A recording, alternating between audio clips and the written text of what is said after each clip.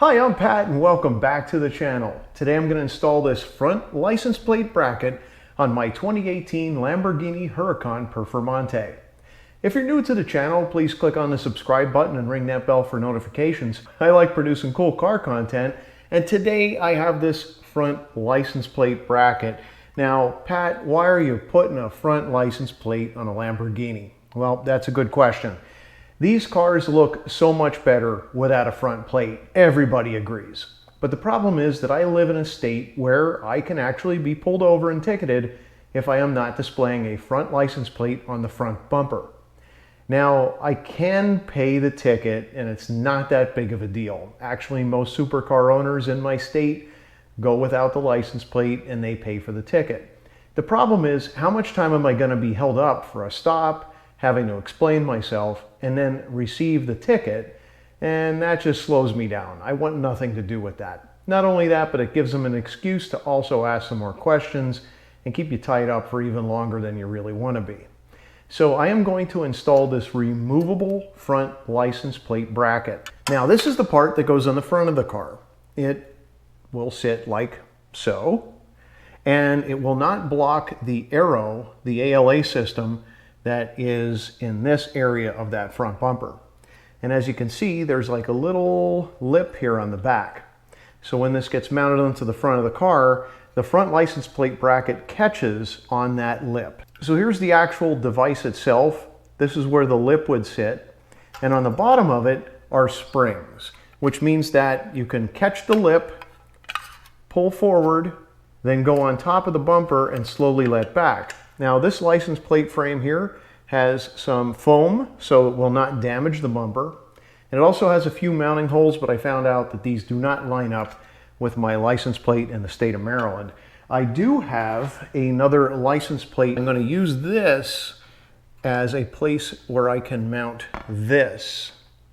And then I could use the holes that are in here in order to mount to the back of my license plate. So I do have a system. What this is going to require me to do is clearly just install this on the car. This is 2 bolts. Then I can mount this. Then I can center the license plate where I want it. And I actually want it to be down a little bit low. As you can see here, on the bottom of this, this is the very bottom of the car. And this actually goes around the air dam. There's a gap in here to go around the air dam. So if my license plate sat all the way up here, well, that would be kind of funky. I want to move it down here so that it is in the same plane as this very bottom of this bracket. So ultimately, mount it here and then use this as a template in order to connect my front plate to it. So we're going to get a T30 bit and we're going to remove 2 bolts on the bottom of the bumper and install this bracket first. Okay, so this is the front of the Huracan.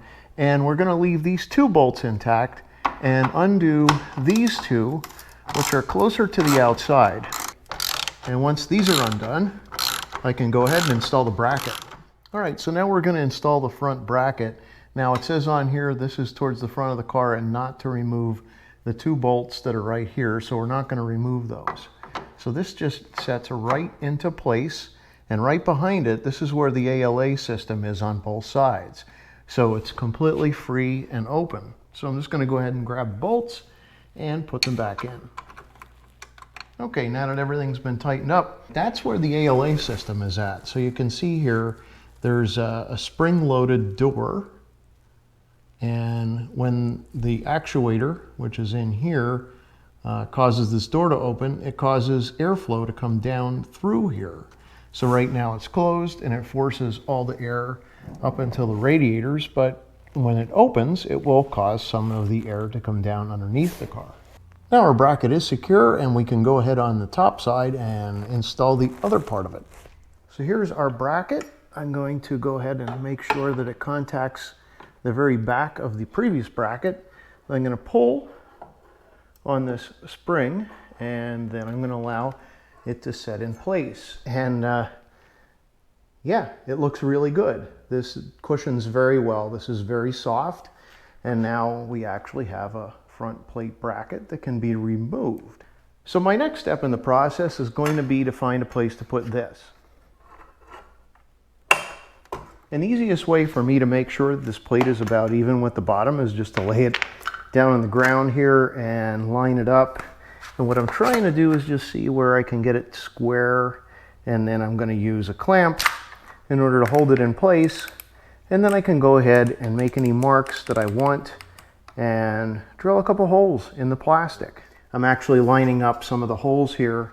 So I'm just going to take a magic marker here, Sharpie, and I'm going to mark where these holes are at.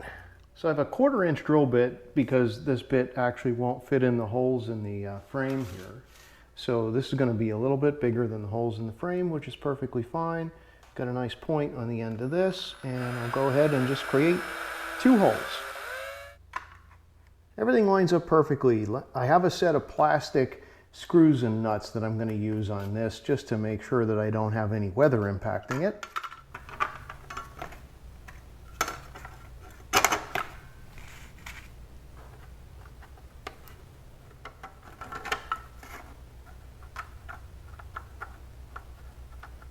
Okay, so now this is secure. Now you can also use double stick tape on the front of this if you want to stick your license plate to it, but I figured I'm going to be changing this license plate to a personalized tag for Pat's Garage, and I figured this would be the easiest way to allow me to do that.